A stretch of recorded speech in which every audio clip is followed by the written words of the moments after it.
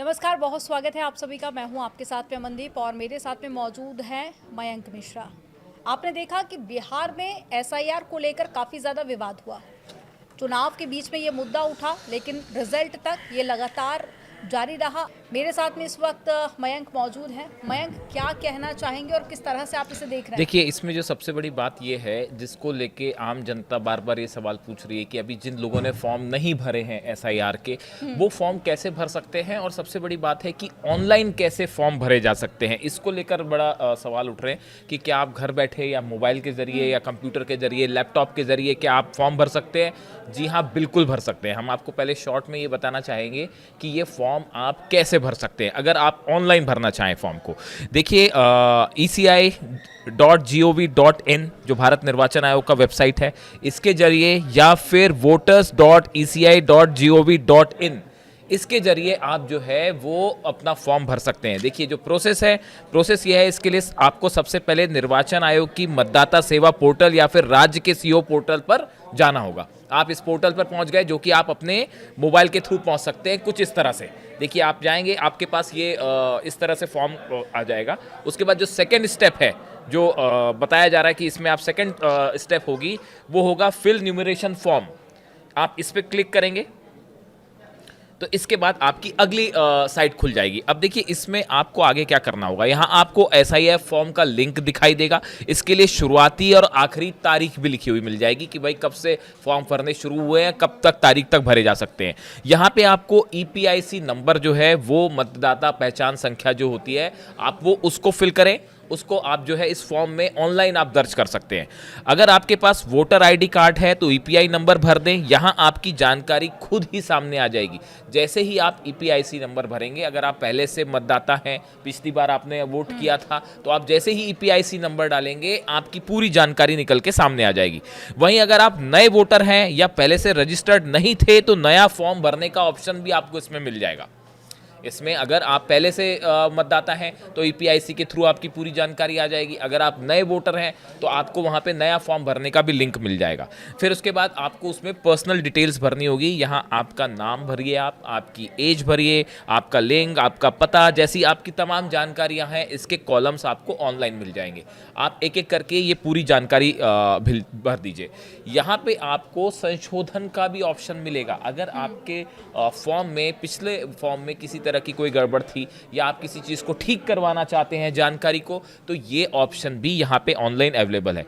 इसके साथ ही यहाँ हाल की ही पासपोर्ट साइज़ की कलर फोटो लगानी है। हम अगर चाहते तो आपको ये पूरा फिल करके दिखा सकते थे, लेकिन यूट्यूब की जो गाइडलाइंस है उसके तहत आप किसी भी फोटो को या किसी एड्रेस को रिवील नहीं कर सकते, वरना हम आपको स्टेप बाय स्टेप फॉर्म भर के भी दिखा देते।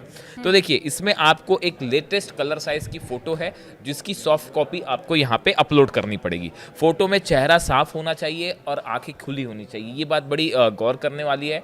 हम आपको फिर से बताएंगे ये कि अक्सर कई फॉर्म इसलिए रिजेक्ट हो रहे हैं या उनको फिर से भरवाया जा रहा है कि उसमें जो फोटो है वो क्लियर नहीं है, या आपकी आंखें खुली होनी चाहिए और चेहरा ब्लर नहीं होना चाहिए, चेहरा साफ होना चाहिए। तो ये आपका जो है फोटो का ऑप्शन हो गया। उसके अलावा आपको फॉर्म को ई साइन करना होगा। एक ऑप्शन आएगा, उसमें जो ये फॉर्म होगा आप उसको ई साइन कर सकते हैं। ये बहुत मस्ट है, ज़रूरी है। बिना ई साइन के आप आगे नहीं बढ़ पाएंगे, तो आपको ई साइन करना जो है वो बहुत ज़रूरी है। सभी जानकारी के भरने के बाद ई सिग्नेचर का ऑप्शन जो है वो दिखाई देने लगता है। यहाँ अपने फ़ोन की सहायता से आप जो है वो साइन कर सकते हैं। यहाँ पे साइन कर लीजिए। अब आपको एक बार हम ये बताएं शॉर्ट में कि आपको क्या क्या डॉक्यूमेंट्स लगने हैं। एक तो सबसे बड़ी चीज़ है कि आपका एज वेरिफिकेशन होगा, कि एज सर्टिफिकेट लगेगा कि आपकी एज कितनी है। इसको लेकर आप सर्टिफिकेट दें। आपका एड्रेस प्रूफ के लिए आपको सर्टिफिकेट लगेगा। ये दोनों चीज़ें मस्ट होंगी आपकी। सभी जानकारी भरने के बाद जब आपने ये सब सारी डिटेल्स भर ली, जो आपके पास कमोबेश होंगी, आपके पास आधार कार्ड होगा, आपके पास 10th की मार्कशीट अगर है तो आप उसमें आप अपनी एज वेरिफिकेशन देख सकते हैं, एज उससे वेरीफाई करवा सकते हैं। एड्रेस जो है वो वेरीफाई करवा सकते हैं। पिछला जो इलेक्शन कार्ड है आपका, उससे भी आप वो कर सकते हैं। जानकारी भरने के बाद फॉर्म सबमिट करें। इतना करते ही आपको एक एक्नॉलेजमेंट स्लिप और एक रेफरेंस नंबर मिल जाएगा। जब आप ये पूरी जानकारी भर लेंगे, उसके बाद जैसे ही आपने फॉर्म सबमिट किया तो आपको एक एक्नॉलेजमेंट स्लिप मिल जाएगी, एक रेफरेंस नंबर मिलेगा, जिससे आप आवेदन की स्थिति को ट्रैक कर सकते हैं। यानी आगे चल के अगर आपको ये पता करना है कि भाई मेरा SIR फॉर्म अभी किस स्टेज तक पहुंचा है, तो वो आप उसको ट्रैक कर पाएंगे इसके जरिए।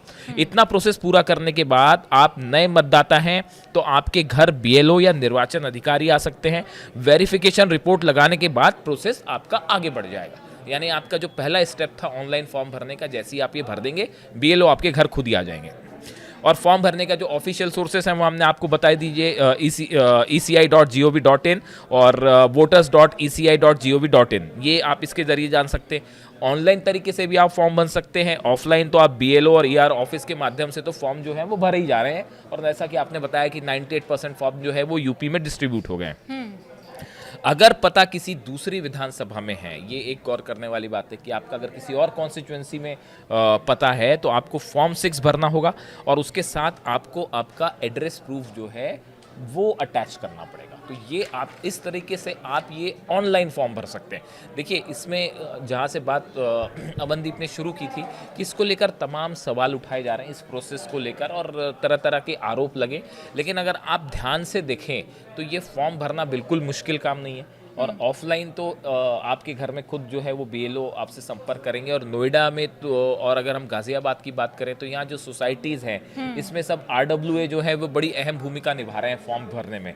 और BLO जो है वो पूरे सोसाइटी के जो फॉर्म्स अवेलेबल हैं, जो पिछली बार जिन लोगों ने वोट किया था उनके फॉर्म्स फोटो समेत जो है वो RWA के पास सबमिट हो रहे हैं। आप वहाँ से फॉर्म लेके भी इसको भर के वापस सबमिट करवा सकते हैं। तो ऐसे ये प्रक्रिया ज़्यादा मुश्किल नहीं है। इसको लेके तरह तरह की बातें, भ्रांतियां ज़्यादा रहती हैं कि भाई ये भरना कितना मुश्किल है, ऑफलाइन या ऑनलाइन भरना कितना मुश्किल है। देखिए कई बार ऐसा हो सकता है कि आप घर पे नहीं हो, आप मान लीजिए कि आप नोएडा में हैं या गाज़ियाबाद में रहते हैं, लेकिन इस समय आप मुंबई में काम कर रहे हैं या आप पुणे में काम कर रहे हैं या गुजरात में काम कर रहे हैं, कहीं बाहर काम कर रहे हैं। तो ऐसी स्थिति में आप ऑनलाइन जो है इस फॉर्म को भर सकते हैं। ऐसा नहीं है कि आप अगर बाहर हैं तो आप ये फॉर्म नहीं भर पाएंगे। यहाँ पर दो चीज़ें मैं क्लियर करना चाहूँगी, क्योंकि अपोजिशन की तरफ से कई सारे आरोप लगाए गए थे।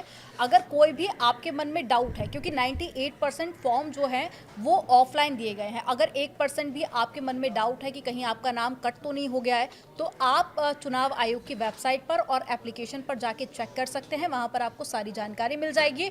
और अगर आपको नहीं मालूम है कि SIR क्या है, तो वो मैं लास्ट में क्लियर कर देती हूँ कि SIR एक ऐसी प्रक्रिया है जिन लोगों की डेथ हो गई है या जो लोग परमानेंट कहीं और शिफ्ट हो गए हैं, क्योंकि उत्तर प्रदेश में देखिए अभी विधानसभा के इलेक्शन होने हैं, जो लोग परमानेंट शिफ्ट हो चुके हैं या फिर कई जगह पर उनका वोटर ID है, ऐसे लोगों का नाम काटना।